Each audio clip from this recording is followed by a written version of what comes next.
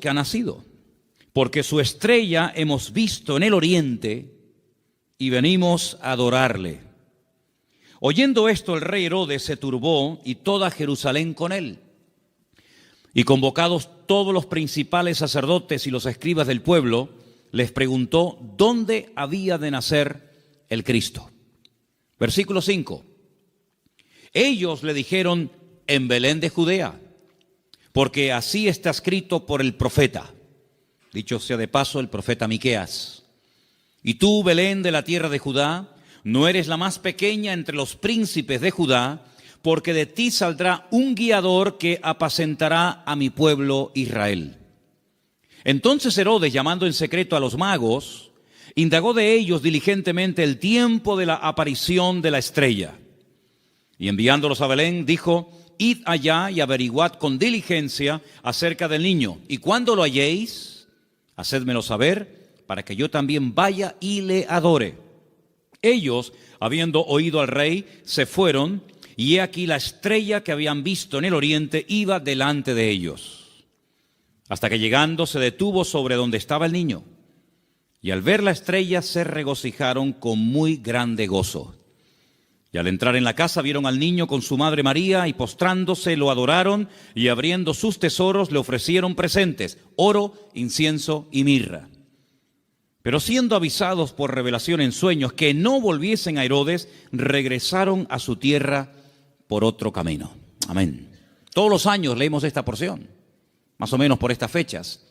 Creo que es bueno leerla para que estemos informados de todas las cosas previas y posteriores que ocurrieron durante el nacimiento del Mesías, de nuestro Señor Jesucristo. Hoy leía esta misma historia, pero en otra versión. Y en vez de aparecer la palabra magos, aparecía la palabra sabios. Nos dice la Biblia de dónde vinieron, pero no nos dice cuántos vinieron. Es curioso que la tradición, en las cabalgatas famosas, días antes de los reyes, siempre aparecen tres, que incluso hasta se han atrevido a ponerle nombre: Melchor, Gaspar y Baltasar. Iba a saltar. Dos blancos y uno moreno. ¿Os dais cuenta que yo he leído la porción y no dice cuántos eran, ni cómo se llamaban? Podían ser 3, o 10, o 5, o 4. Uno no, porque habla de magos, de sabios, por lo tanto mínimo 2. Pero la Biblia no da el dato de 3. ¿Y los nombres? Tampoco. ¿Qué peligro tan grande corremos cuando nos inventamos las cosas y en vez de ceñirnos a lo que nos dice la fuente, que es la Biblia, comenzamos a oír y a prestar atención a tradiciones, a mitos, a cuentos, y comenzamos a ponerle nombre a personajes que la Biblia ni les da el nombre ni el número? ¿De dónde viene entonces el tema de que eran 3?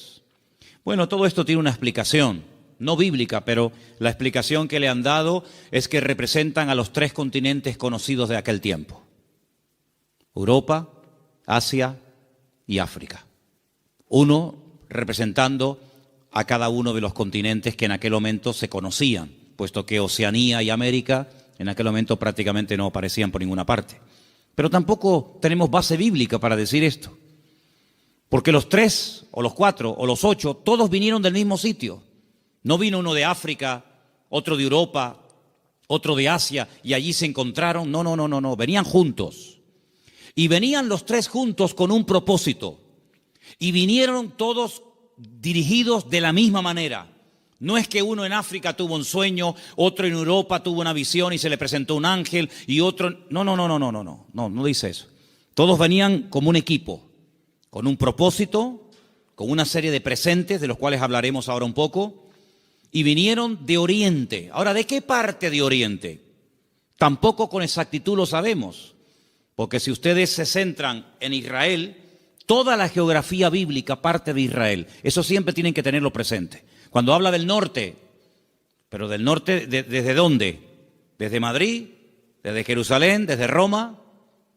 Toda la geografía bíblica siempre parte de Jerusalén. Cuando se habla del norte, pues tienes que coger un mapa, meterte en Israel y decir, ¿qué país queda en el norte?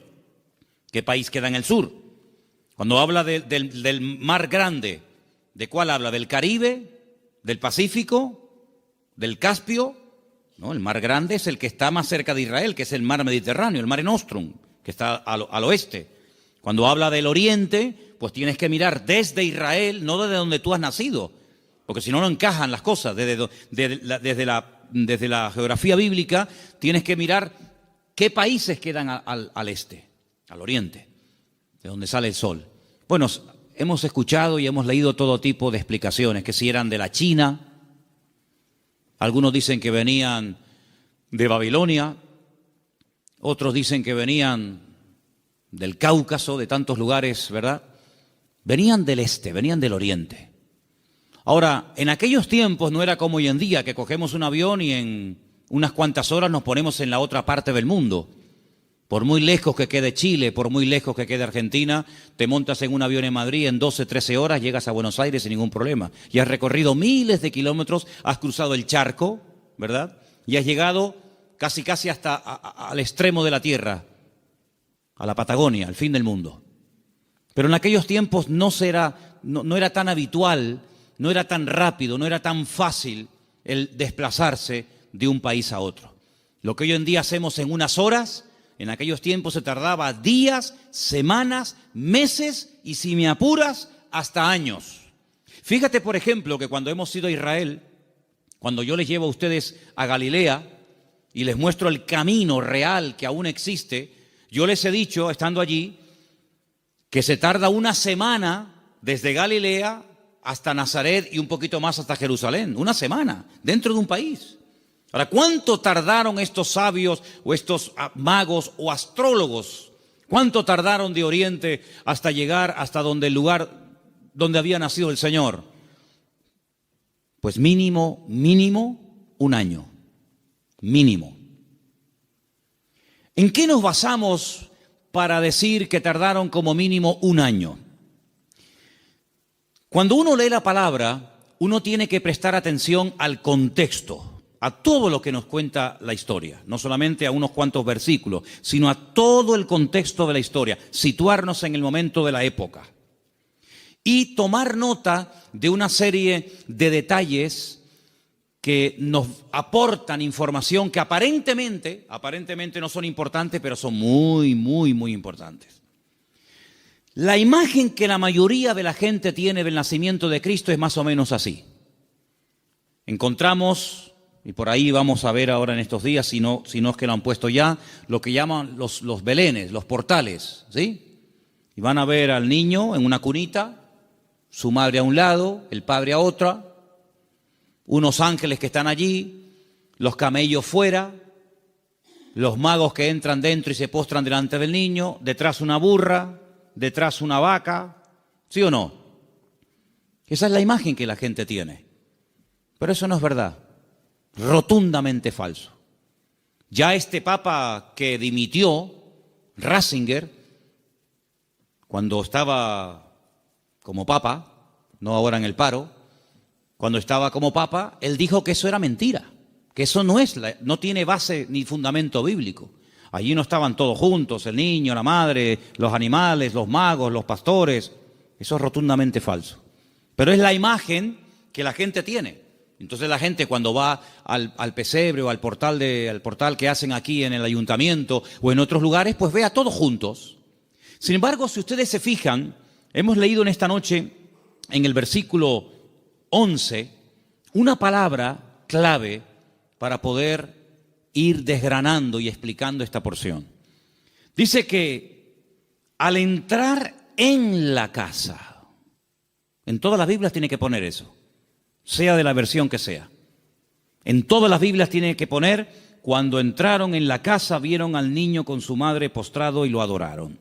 En la casa. Ya no están en un lugar temporal.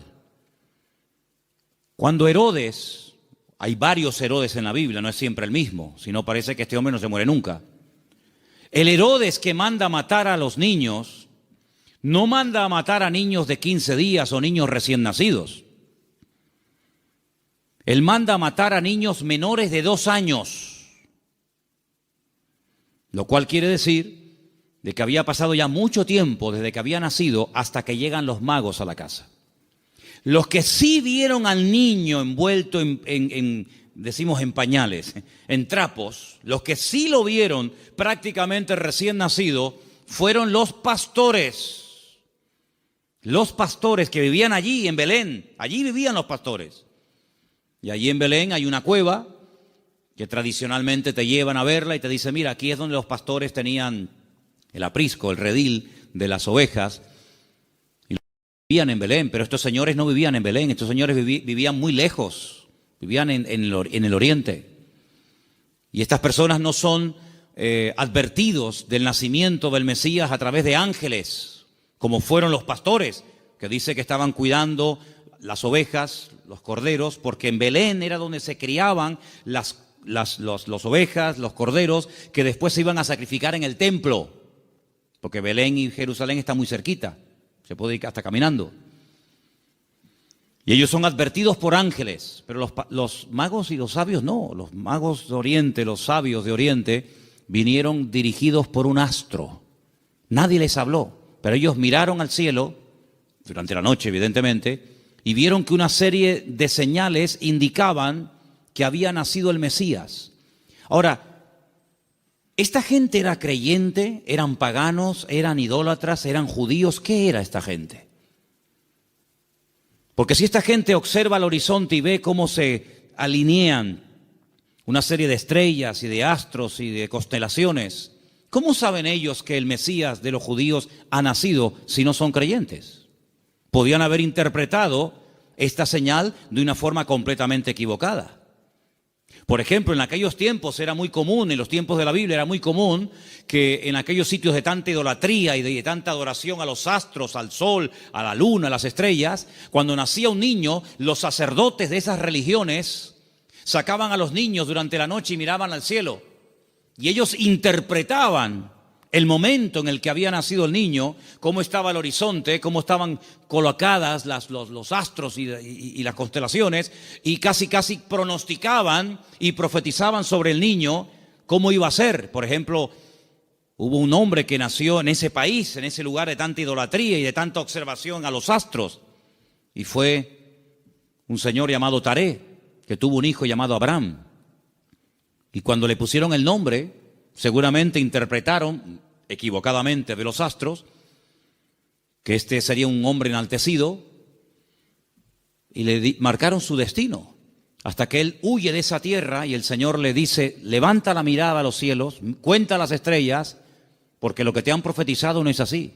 ¿Cuánta gente queda marcada por la visita a un mago, a un astrólogo, a un curandero o a un adivino, y alguien le dijo que su hija o su hijo, su marido o su esposa o tú o no sé quién iba a pasar esto, esto y esto, y esa palabra falsa quedó ahí impregnada, pero como tú la has creído, a esa mentira tú la alimentas y le das fuerza, y el diablo se mueve en la mentira, el diablo se mueve en la ignorancia. Entonces te dice, no, es que tú vas a tener un niño, pero se va a morir a corta edad.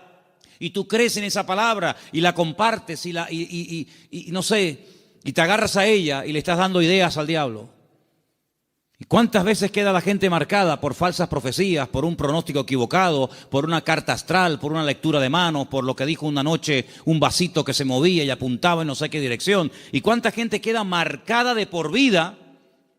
Y creen que van a estar enfermos, que van a morir jóvenes, que el marido se va a ir con otra, etcétera, etcétera, porque han creído una mentira. Y si la verdad te hace libre, la mentira te esclaviza y te amarga y te oprime la vida.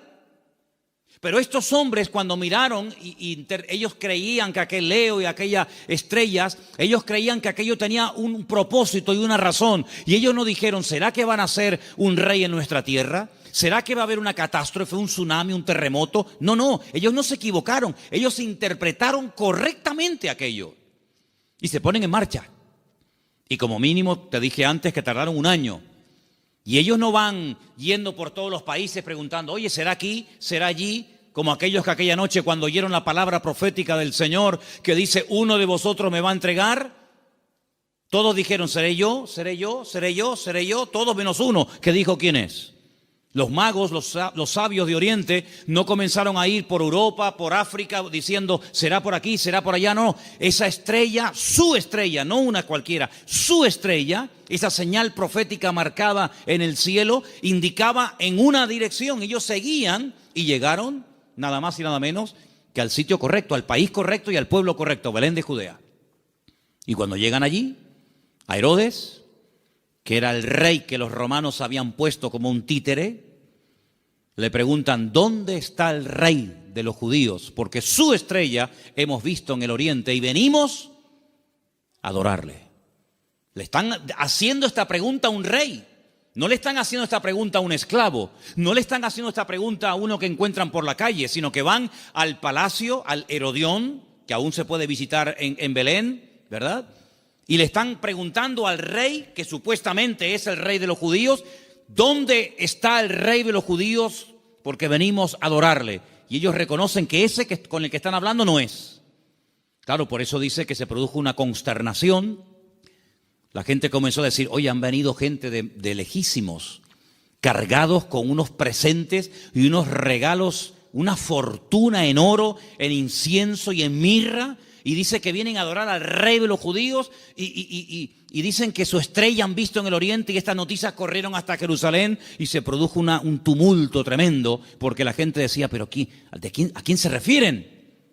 Es decir, había nacido el Mesías, profetizado durante siglos y siglos, y nadie se había enterado. Fue como un nacimiento secreto. Nació el Mesías, del cual habló Isaías, Jeremías, Ezequiel y tantos profetas, y nadie se había dado cuenta. ¿No te has parado alguna vez a preguntar que Dios puede hacer muchas cosas hoy en día entre nosotros y no nos hemos dado cuenta de que es el Señor? Y atribuimos a la casualidad o a la coincidencia o a la suerte. Sin embargo, el que tiene todo el control y el dominio siempre es el Señor. ¿Cuántos dicen amén? ¿Cómo supieron interpretar estos hombres estas señales correctamente? Bueno, hay varias opiniones. Una de las opiniones más generalizadas y más aceptadas es que en Oriente, desde el principio de los tiempos, siempre hubo una tendencia del hombre que vivía en aquella zona a estar todo el día observando las constelaciones y las estrellas y los astros, tratando de pronosticar, tratando de averiguar el futuro. Ahí nació toda la astrología, ahí nació toda la brujería, ahí en la cuna de todo eso es Babilonia, Babel. Babel es Babilonia, es el mismo sitio. Babel significa confusión, lo que hoy en día sería Irak. Y fue en aquella zona, en aquella parte del mundo, donde ya en los tiempos del libro del Génesis dice que los hombres quisieron construir una torre. La palabra es sigurat, un observatorio, para que desde lo alto pudieran observar y pudieran decir, va a pasar esto, va a pasar aquello, y los astros dicen esto, y los astros dicen aquello. Es verdad que hay astros, y es verdad que hay constelaciones, y es verdad que hay constelaciones que se llaman Piscis y Capricornio, y Tauro y Leo. Es verdad, todo eso es verdad. Hay dibujos que se pueden hacer para interpretar todo eso, pero lamentablemente el hombre lo ha tergiversado, y el hombre lo ha utilizado para atar, para engañar, para manipular y para tergiversar las verdades. Pero en aquellos momentos estos hombres, criados en aquel lugar, sabían que algún día nacería un Mesías. Ahora, de todos los profetas de la antigüedad, ¿quién es el que verdaderamente sabía cuándo iba a nacer el Señor? Porque esta profecía que hemos leído esta noche, la vuelvo a leer en Mateo 1:6, y tú, Belén, de la tierra de Judá, no eres la más pequeña entre los príncipes de Judá, porque de ti saldrá un guiador que apacentará a mi pueblo Israel. Estas palabras están fechadas entre el 738 y el 698 antes de Cristo. Son palabras del profeta Miqueas. Ustedes pueden leerlo en el libro que tenemos en la Biblia que lleva su nombre, Miqueas. Pero hubo un profeta que sabía el día exacto en el que el Señor Jesucristo vendría en su primera venida a este mundo, y era el profeta Daniel. El profeta Daniel tuvo una revelación tremenda, muy amplia, y él sabía perfectamente que si se comenzaba a contar, nosotros contamos hacia adelante, ellos contaban hacia detrás, ¿verdad? Si se comenzaba a contar desde que se les permitiera retornar a Jerusalén, restaurar las murallas, él sabía perfectamente cuándo nacería el Mesías. El Señor le dice, sabe pues y entiende que desde la salida de la orden para restaurar Jerusalén hasta el Mesías príncipe, habrá 70 semanas. Eso lo dice Daniel capítulo 9. Desde hasta. ¿Cuándo empezamos a contar? Desde que salgan y comiencen a restaurar la ciudad y comiencen a levantar el templo. Desde que salgan hasta que venga pasarán 70 semanas. Pero claro, como expliqué en su momento, 70 semanas son 490 días. Y no hay 490 días desde que Nehemías, Esdras y Zorobabel reconstruyen la ciudad de Jerusalén hasta Cristo. No hay 490 días, hay muchísimos más. Entonces, ¿qué es lo que pasa? Pues también expliqué en su momento, y quiero solamente recordarles, que la forma de contabilizar el tiempo en la Biblia y según el pueblo de Israel varía mucho de cómo contamos nosotros el tiempo. Partimos de la base de que nuestro calendario no es el calendario bíblico. Nuestro calendario es un calendario mandado a hacer por un papa llamado Gregorio. Un tiempo que gira, un año que gira en torno al tiempo que tarda el sol en dar todo el círculo, ¿verdad? O la Tierra, perdón, el tiempo que tarda la Tierra en recorrer las 4 estaciones, que es alrededor de 365 días. Mientras que el calendario bíblico es un calendario basado en la luna y tiene 360 días. Silencio, por favor. Quiero que presten atención todos, no me estén hablando nadie. Si el calendario bíblico tiene 360 días, y nuestro calendario tiene 365, aquí hay un problema. Nuestro calendario va aumentando más rápido de lo que va aumentando el tiempo bíblico. Tenemos más días para hacer un año que el calendario bíblico. El calendario bíblico es más corto. Primer problema. Segundo problema que tenemos. Nosotros contabilizamos el día a partir de las 12:01 de la noche. En la Biblia no se cuenta, estamos hoy a jueves, ¿verdad? ¿Hasta qué momento será jueves? Hasta las 12:01. Hasta las 12 de la noche es jueves. Y a las 12:01 automáticamente ya es viernes. En la Biblia el día empieza con la caída del sol. Cuando se pone el sol y una mujer no tiene luz para enhebrar una aguja y ya se pueden ver tres estrellas en el horizonte y ya no hay luz suficiente para enhebrar una aguja, ahí empieza.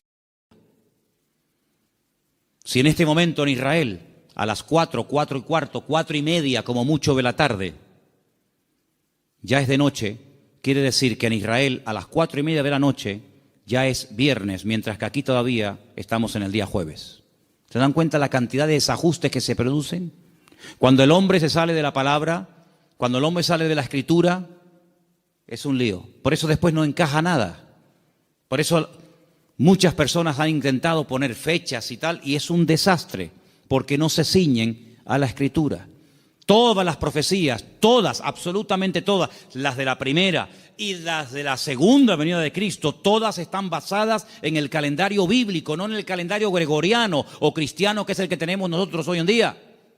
Según el calendario bíblico, estamos en el año 5777. Según nuestro calendario, estamos en el año 2016 después de Cristo. Pero ¿y antes de Cristo no hubo historia? ¿Antes de Cristo no hubo nada? ¿Cómo que 2016? Entonces hay un desfase tremendo, de 5777 a 2016 después de Cristo. Y no contamos lo de antes. Tenemos otra forma de contabilizar, ¿verdad? Porque hay un antes y un después. Entonces es muy importante darnos cuenta de que el profeta Daniel, cuando recibía las revelaciones, acerca de la venida del Mesías, el Señor le estaba hablando con términos bíblicos, no con términos modernos.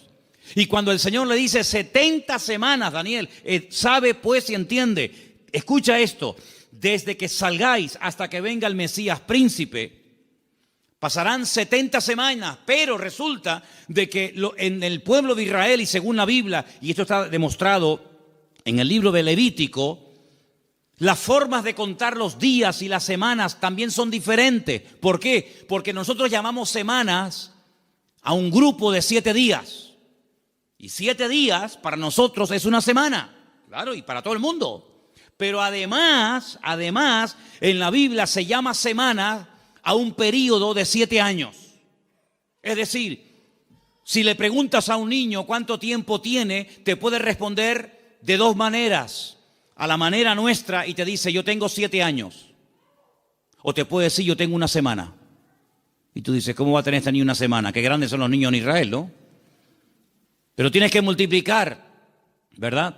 De tal manera que cuando el Señor le dice al profeta Daniel, 70 semanas están determinadas sobre tu pueblo, lo que le está dando es un paquete profético de 490 años. 70 por 7, 490. Y esos 490 años, hay diferentes bloques, diferentes características, diferentes sucesos, diferentes acontecimientos, que cuando tú lo sabes interpretar, pues tú dices, efectivamente,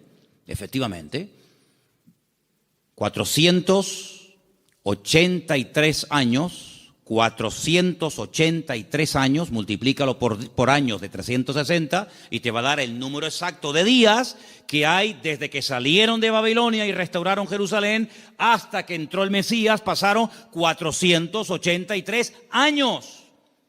Pero dice, pero son 70 años, 70 semanas. Y la última semana, los últimos 7 años, son los famosos 7 años de la gran tribulación. Y todo encaja. La Biblia es matemática pura. Es la única ciencia exacta, las matemáticas. En todas partes del mundo, 2 y 2 son 4. En todas partes del mundo. Por encima del Ecuador y por debajo del Ecuador, 2 y 2 son 4. En todas partes del mundo. Es una ciencia exacta, ¿verdad? No se puede cuestionar. No es que aquí 2 y 2 son 4, allí son 3 y medio, allí son 8. No, en todas partes es igual. Y el Señor usa la matemática de Él, el tiempo de Él, el calendario de Él, para preparar a los pueblos, para preparar a las naciones, para preparar a su pueblo, para que aquel día no nos sorprendan las cosas como ladrón en la noche. Entonces estos hombres seguramente tenían la información que tenía el profeta Daniel. Y junto con la información del profeta Daniel y la observación meticulosa de los astros y de las estrellas, automáticamente dijeron, el tiempo se ha cumplido. El tiempo se ha cumplido del nacimiento del Mesías. Y ellos se ponen en marcha. Y cuando llegan, pues ya el niño no es un niño recién nacido.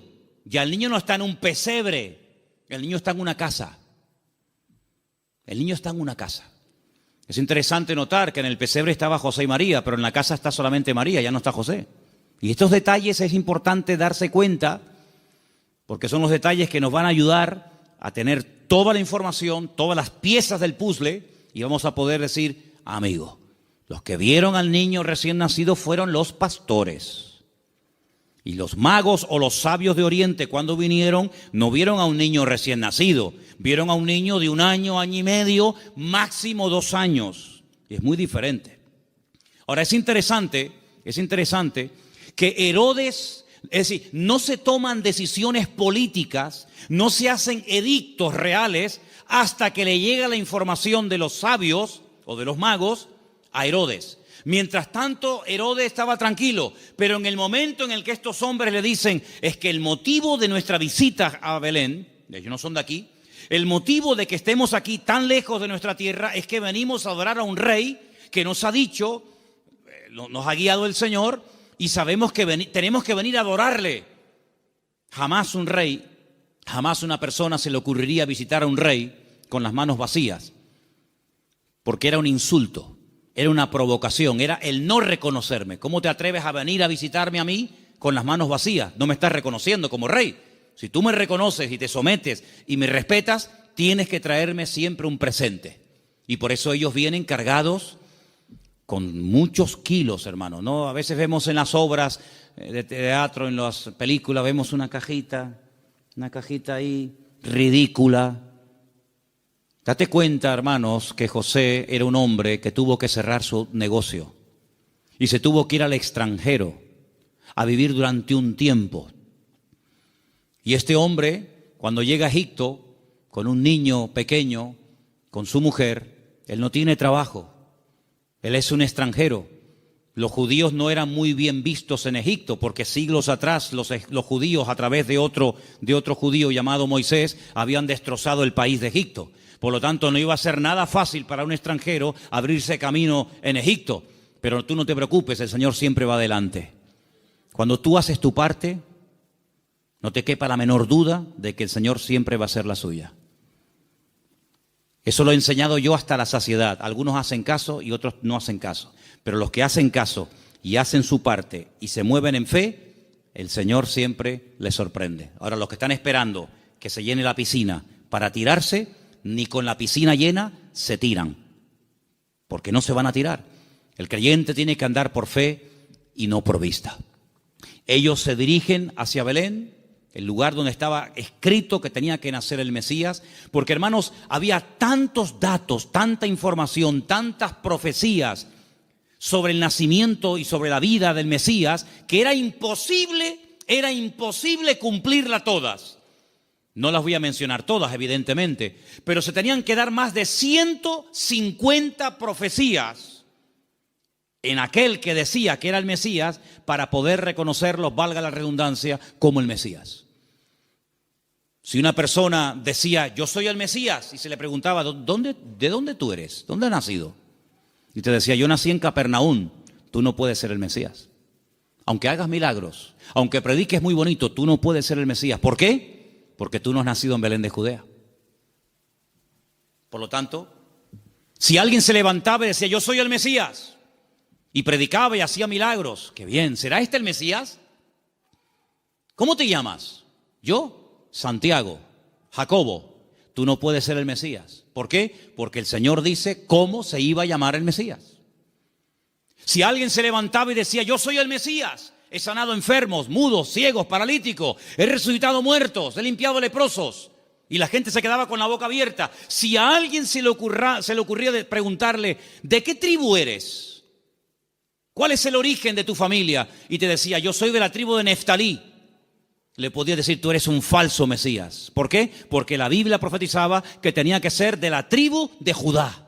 No de otra tribu, sino de la tribu de Judá. Por lo tanto, hermanos, era prácticamente imposible que en una persona coincidieran todos los detalles de Belén de Judea, de una joven que nació como nació, de la tribu de Judá, etcétera, etcétera, etcétera. Más aparte, todas las profecías que tenían que llevarse a cabo durante su ministerio público, aparte cómo lo iban a crucificar, porque el Mesías tenía que morir crucificado, no podía morir de viejo, no podía morir de un tiro, de una flecha, de un arco, de una jabalina, no podía morir de un infarto, tenía que morir crucificado entre dos malhechores, no entre 10, no entre 2.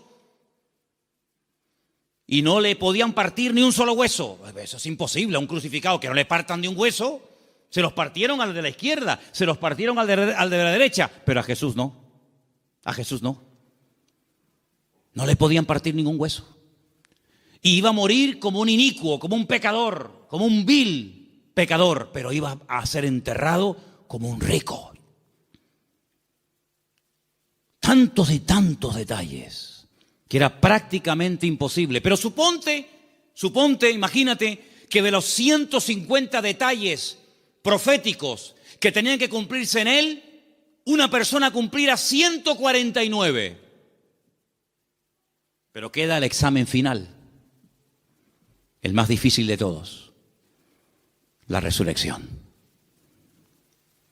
Te han horadado las manos y los pies, te han crucificado entre ladrones, te han enterrado en un buen sepulcro, han sorteado tus vestiduras, te ha negado uno de tus discípulos, etcétera, etcétera, etcétera, pero al tercer día no has resucitado. Por lo tanto, aunque cumpliera con 149 profecías, si no cumplía con el examen final, con la PAU, no apruebas el examen, amigo.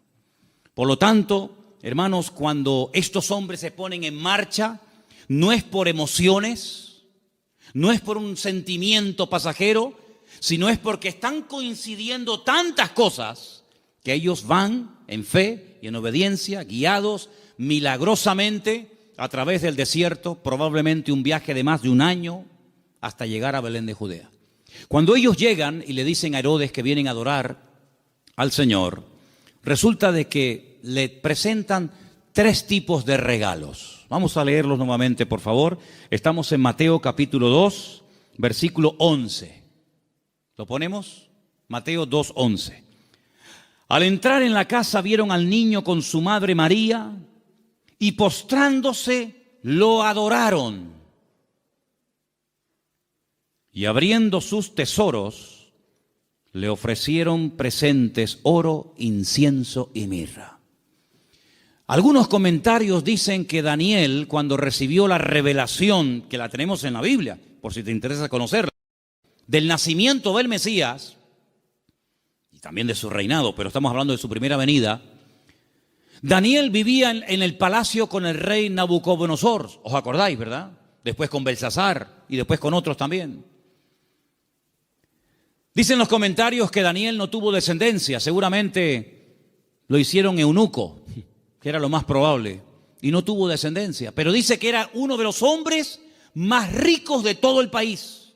Después del rey, el que más autoridad, el que más prestigio y reconocimiento tenía, era Daniel.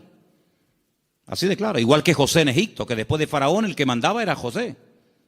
Casi podríamos decir que mandaba más José que Faraón. Toda esa fortuna, toda esa riqueza no se la quedaron sus hijos porque, repito, no tuvo. Y algunos dicen que puede ser que estos sabios, guiados como ya hemos dicho, milagrosamente, llegaron hasta Belén y esta fortuna, porque no era una cajita así, era una fortuna en oro, en incienso y en mirra, que a lo mejor tú dices, bueno, yo de las 3 cosas me quedo con el oro. ¿Y el incienso y la mirra? Bueno, vamos a ver. Todo lo que la Biblia relata, todo lo que ocurre en la palabra de Dios, todo tiene una razón de ser, ¿sí o no? No hay nada casual. ¿Por qué la Biblia dice que eran 153 peces los que pescaron? ¿Ah? ¿Por qué dice la Biblia que comieron 5,000 hombres? ¿Por qué dice la Biblia que le regalaron oro, incienso y mirra? ¿Qué más da? Le hicieron presente, le hicieron regalos. ¿Y qué más da? No. Lo dice. ¿Te trajeron qué le trajeron? ¿Ropas? No. ¿Joyas? No. ¿Comida? Tampoco. Oro, incienso y mirra. Tal vez para nosotros esos regalos no sean tan significativos, pero vamos a explicarlos. En estos 3 regalos, nosotros podemos ver, en cierto sentido, el reconocimiento de ese triple ministerio que el Señor Jesucristo llevaría a cabo durante su vida.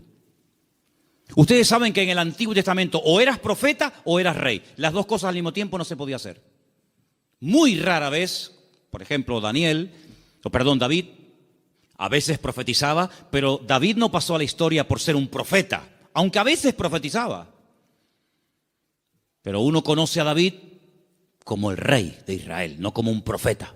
Sin embargo, a Isaías lo conocemos como un profeta.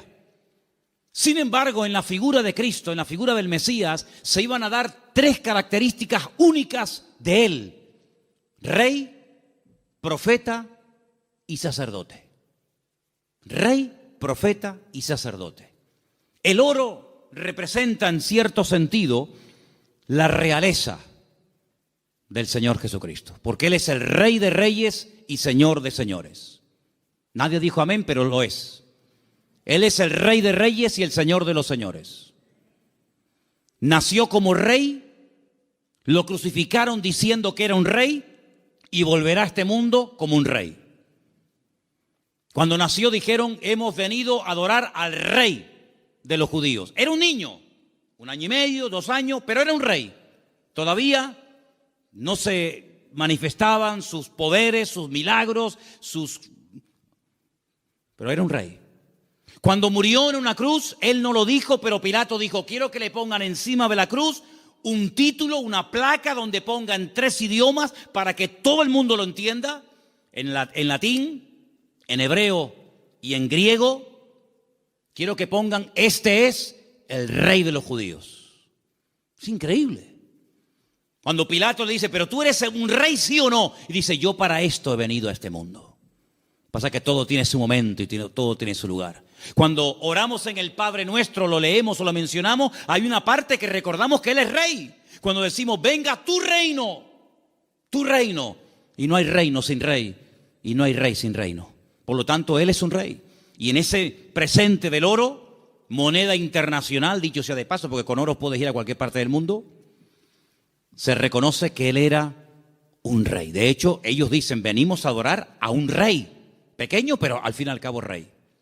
Luego resulta de que el Señor Jesucristo era profeta, era la voz del Padre, era el que anunciaba las buenas nuevas de salvación a los quebrantados de corazón, a los ciegos, a los prisioneros, a los pobres. Él proclamaba el mensaje, era un profeta. Y ahí lo vemos, hermanos, como la mirra. La mirra era lo que se utilizaba, ¿verdad?, en los ungüentos para ungir a las personas. Y con ese elemento de la mirra vemos que se le reconoce su ministerio profético. ¿Cuántas veces profetizó el Señor? ¿Recuerdan alguna profecía que dijo el Señor? Yo recuerdo muchas. Por ejemplo, una muy sencilla, pero que se cumplió literalmente. En una mesa se queda mirando a todos y les dice, ¿sabéis una cosa? Esta noche uno de ustedes me va a traicionar. ¿Cómo? ¿Nosotros? Eso no puede ser. Nosotros somos tus discípulos. Lo hemos dejado todo para estar contigo. Pero Él profetizó. Eso es una palabra profética. No se había cumplido. Uno de vosotros me va a traicionar. Uno de vosotros me va a negar. Y se cumplió literalmente. Aunque el que lo iba a hacer dijo, no. Aunque todos te abandonen, yo nunca te abandonaré. Y resulta que el que más habla es el que es. Ay, amigo. Yo recuerdo una profecía que dijo el Señor, muy larga, por cierto, la tenemos enterita en Mateo 24. En los últimos tiempos se levantará nación contra nación y reino contra reino, y la maldad se multiplicará, pero el que persevere hasta el fin será salvo. Estamos viendo cómo la maldad se ha disparado de una forma increíble, hermanos, increíble. Raro es el día que usted no ponga la televisión a la hora de las noticias y no oiga tragedias y tragedias y tragedias y más tragedias. Si no es en Alemania, es en Francia. Si no, en Siria. Si no, en Jordania. Si no, en Grecia. Siempre por todos los lados. Hablábamos de Sodoma y Gomorra, pero ¿cuántas ciudades hoy en día han ganado en maldad a Sodoma y Gomorra? Antes había una Sodoma, antes había una Gomorra, ahora hay miles de Sodomas y de Gomorras, miles. La maldad se va a multiplicar. Falsas doctrinas, falsas enseñanzas, terremotos, pestes. Hermano, ¿cuántas palabras dio el Señor? Una palabra profética que dijo, vete, tu criado ha sido sanado en esta misma hora. Es una palabra profética. Estaba allí, pero cuando llega, estaba sanado. Y dice, ¿a qué hora fue sanado? Y dice, a tal hora. Y dice, a esa hora fue cuando Él me dijo que iba a ser sanado. Profeta fidedigno, siempre anunciando la verdad. La palabra de Dios claramente. Y como sacerdote, ahí tenemos representado el incienso que subía continuamente a la presencia de Dios, recuerda el ministerio sacerdotal. Pero algunos de ustedes dirán, pero Cristo no podía ser sacerdote, porque los sacerdotes eran de la tribu de Judá, de la tribu de Leví. Y Jesús, como tú acabas de decir, no era de la tribu de Leví, era de la tribu de Judá. Los de Judá no podían ser sacerdotes. Es verdad, tienes razón. Pero Jesús no es sacerdote según la tribu de Leví, sino Jesús es sacerdote según Melquisedec, rey de Salem. Porque los levitas desaparecieron, pero el sacerdocio de Cristo es constante, permanente y eterno por los siglos de los siglos. Amén. ¿Te das cuenta? Por lo tanto, todo encaja de una forma perfecta. Oro, incienso y mirra. Ahora puedes salir corriendo a Egipto como extranjero, no tienes trabajo. Nadie te va a abrir las puertas, pero tú no te preocupes. El hombre te cerrará las puertas, pero Dios que va delante de ti te abrirá todas. ¿Cuántos dicen amén? Esa es la confianza. Y José no cuestionó, José no dijo, bueno, pero esto es una locura, esto es un disparate, y yo cómo voy a cerrar mi negocio y mis herramientas, y yo me dedico a esto y ahora voy a Egipto, ¿y qué hago yo allí? No hablo el idioma, no me conoce nadie, no tengo clientes. No importa. Cuando el Señor te dirija a hacer algo, no tengas miedo. Dice la Biblia que el que pone su mano en el arado y mira atrás, el surco le sale torcido y no sirve. Pero nosotros no andamos por emociones, por sentimientos. Y lo dije una vez, lo que está claro en la palabra, no busque confirmación. Hay gente, no, es que yo quiero ver lo que Dios me dice, que ya te lo dijo. Tú no tienes que orar para ver si es la voluntad de Dios invitar al domingo al culto al vecino. ¿Qué quieres? ¿Molestar a Gabriel con todo lo ocupado que está para que venga a ti a decirte, sí, vete al vecino a hablarle de mí? Cuando la Biblia dice, id por todo el mundo y predicar el evangelio a toda criatura. Lo escrito no necesita confirmación. Los que siempre buscan confirmación son los que dudan, los que no se terminan de fiar, los cobardes como Gedeón, que ponía una prueba y vamos a poner otra, vamos a poner otra. ¿Cuántas pruebas queremos? Por lo tanto, hermanos, la visita de esta gente fue algo realmente increíble, algo tremendo. Pero, al mismo tiempo, tengo que decir que Herodes le dio un encargo. Herodes le dijo, bueno, pues díganme dónde está exactamente para que yo después vaya y también le adore juntamente con ustedes. Estaba mintiendo, estaba diciendo mentiras. Nunca fue a adorarlo, al contrario. Vamos a leerlo. Estamos en Mateo capítulo 2. Después que partieron ellos, he aquí un ángel del Señor se le apareció en sueños a José y le dijo, levántate, toma al niño, a su madre, huye a Egipto y permanece allá hasta que yo te lo diga, porque acontecerá que Herodes buscará al niño para matarlo. ¿Te das cuenta? Para matarlo. Le dijo a los sabios, no, yo quiero adorarle, pero es mentira, lo quiere matar, es falso. Y él despertando tomó de noche. Pero si el Señor me ha hablado, cuanto antes ponga la palabra en práctica, mejor. ¿Para qué esperar a mañana? De noche, me levanté.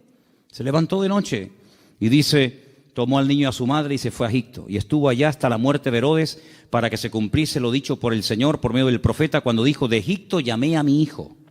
Entonces Herodes cuando se vio burlado por los magos, se enojó mucho y mandó matar a todos los niños menores de 2 años. Si el niño estaba recién nacido, no tiene ningún sentido promulgar un edicto real para matar a un niño de 1 año, año y medio, 2 años, no tiene sentido. Pero es que ya te vuelvo a repetir, el niño ya hacía mucho tiempo que había nacido. Pasa que los magos habían tardado mucho tiempo en llegar. Entonces dice que mandó a matar a los niños menores de 2 años que había en Belén y en todos los alrededores conforme al tiempo que había inquirido de los magos. Es curioso que cuando le interesaba tener una información se movía, pero cuando no quería cumplirla se hacía el loco, ¿no? Entonces se cumplió lo que fue dicho por el profeta Jeremías, otra palabra más cumplida. ¿Qué decía la palabra? Voz fue oída en Ramá, grande lamentación, lloro y gemido. Raquel, que llora a sus hijos y no quiso ser consolada porque perecieron. Pero después de la muerte de Herodes, aquí un ángel del Señor le apareció en sueños a José en Egipto y le dijo, levántate, toma al niño y a su madre y vete a la tierra de Israel, porque han muerto los que procuran la muerte del niño. ¿Cómo iba a saber José en Egipto sin WhatsApp, sin Facebook, sin ordenador, sin nada, que ya puedo volver a casa? ¿Cómo lo puedo saber? Toda la información que necesitamos saber la sabe el Señor. Y cuando el Señor te diga, vuelve otra vez, fíate, porque el Señor sabe perfectamente que el tiempo de la muerte de Herodes ha llegado.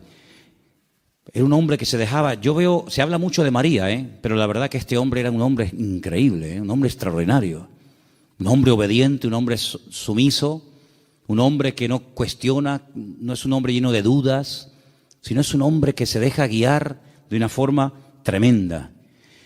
Ellos, habiendo oído que el rey, estamos en el versículo 21, ¿verdad?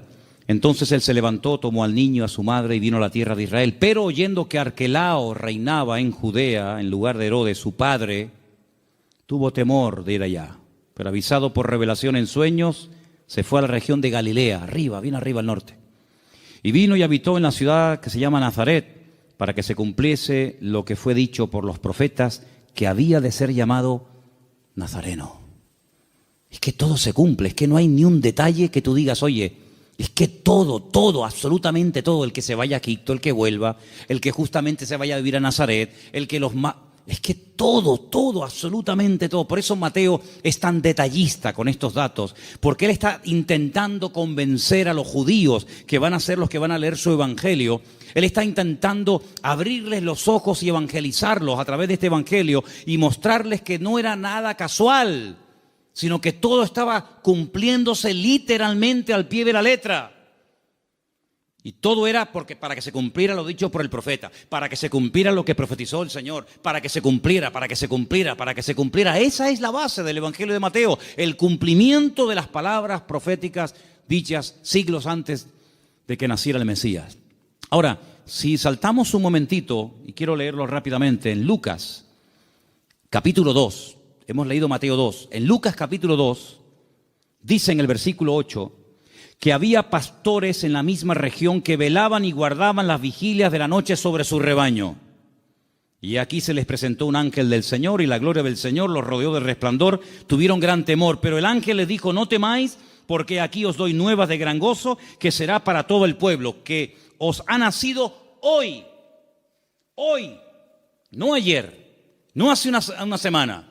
Hoy os ha nacido en la ciudad de David. ¿Cuál es la ciudad de David? Belén. Si David también era de Belén, era de allí.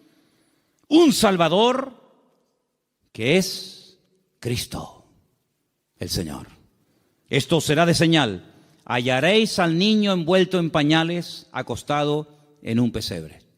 Ustedes sí lo van a ver recién nacido. Los magos no lo vieron recién nacido.